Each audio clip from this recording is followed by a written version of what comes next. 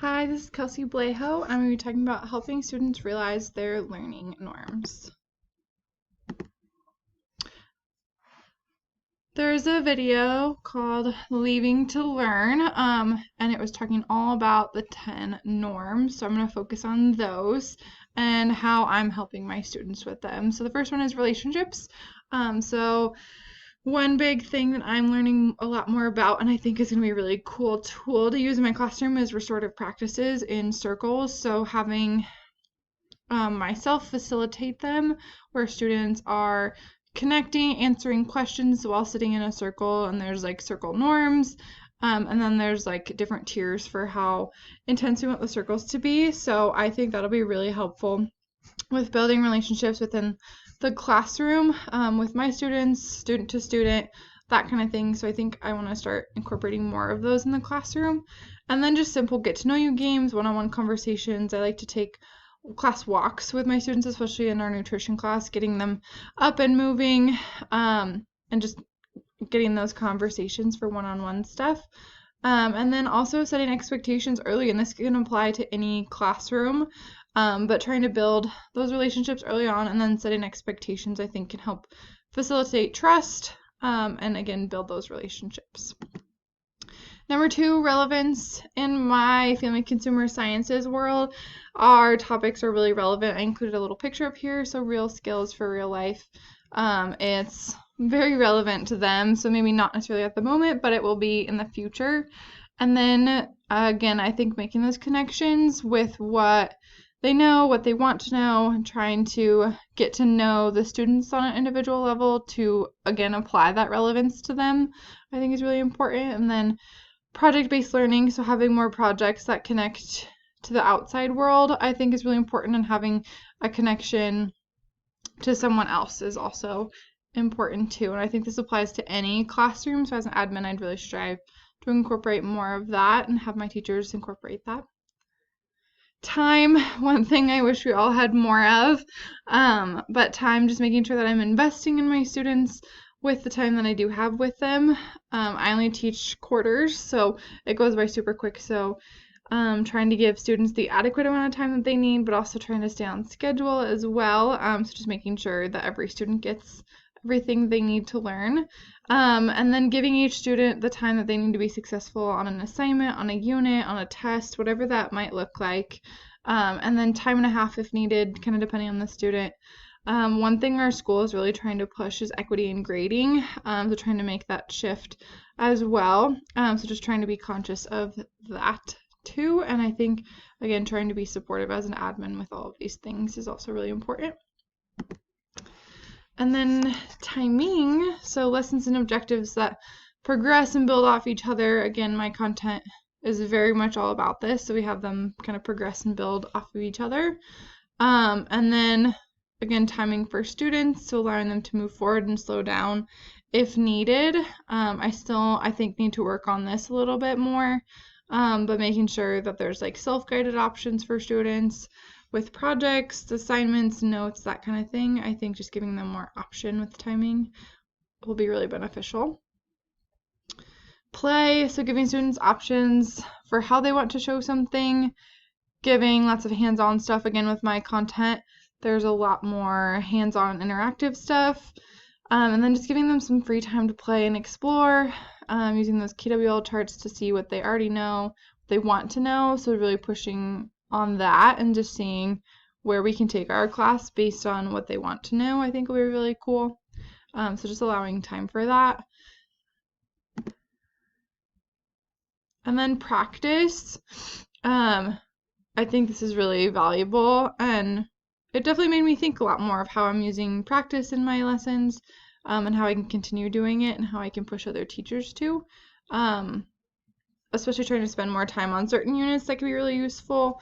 There's an example on there with equivalence in a cooking class. I teach a cooking class, and so them practicing measuring skills that they're going to use for every unit, knife skills, equivalence, that kind of thing. So having a skill that they're going to continue building on and continue using and practicing throughout the whole quarter is important. But that could be for any class, just maybe spending a little bit more time on certain skills to get really good at it. And then I included a quote up here by Malcolm Gladwell. Practice isn't the thing you do once you're good, it's the thing you do that makes you good. So again, just trying to emphasize over and over and over again. Number 7 is choice. I personally like to give my students options on how they want to create a project, whether it's a video, presentation, or graphic, whatever medium they want to use. I definitely need to work on this in some areas, and just trying to give them more choice in what they want to learn. So definitely still need to work on this. I've seen a lot of teachers in our building start to structure their lessons on this and giving students a lot more choice in their projects and how they complete and show their learning. So definitely something I want to play around with and get some more ideas on. And then authenticity. I think that starts with us as teachers and admin being authentic with each other, just how we present ourselves, just being authentic that way. I feel like my content is very real, relevant, authentic, all of those things. So I don't have to do a ton in that regard because I feel like it kind of speaks for itself. But then, yeah, again, just modeling authenticity with my students.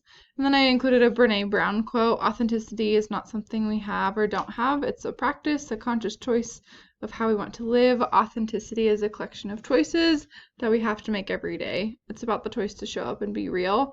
And I like to think I do that for my students. The choice to be honest, the choice to let our true selves be seen. I think that's really important. Challenge number 9, do I feel appropriately challenged? I feel like this question really stuck out to me. So making sure that each student is met where they're at and finding things that challenge them uniquely. I think this can be done by simply asking questions, making sure that they're getting the material, they're being challenged, they're being pushed, and then just having more open-ended and leaving room for students to ask their own questions, but then also giving them the opportunity to find their own answers along the way too. So I think, yeah, I feel appropriately challenged? I think my students would say yes, at least most of them I'd hope, but trying to find that way to challenge each student individually. And then number 10, application. I've thrown around that project-based learning idea around a little bit, so trying to push that and make that more of a thing in my classes, trying to incorporate more of this, so having those connections outside of the classroom and making like the final project something that more people in the community would see.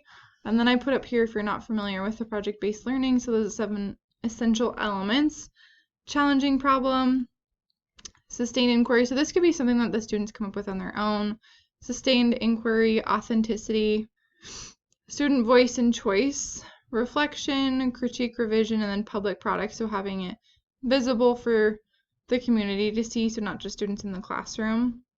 I took a couple professional development courses on this to try and incorporate it, and we actually did something as a staff where we had to do a project-based learning thing, and it was really cool. So definitely trying to find ways to incorporate that into my classroom.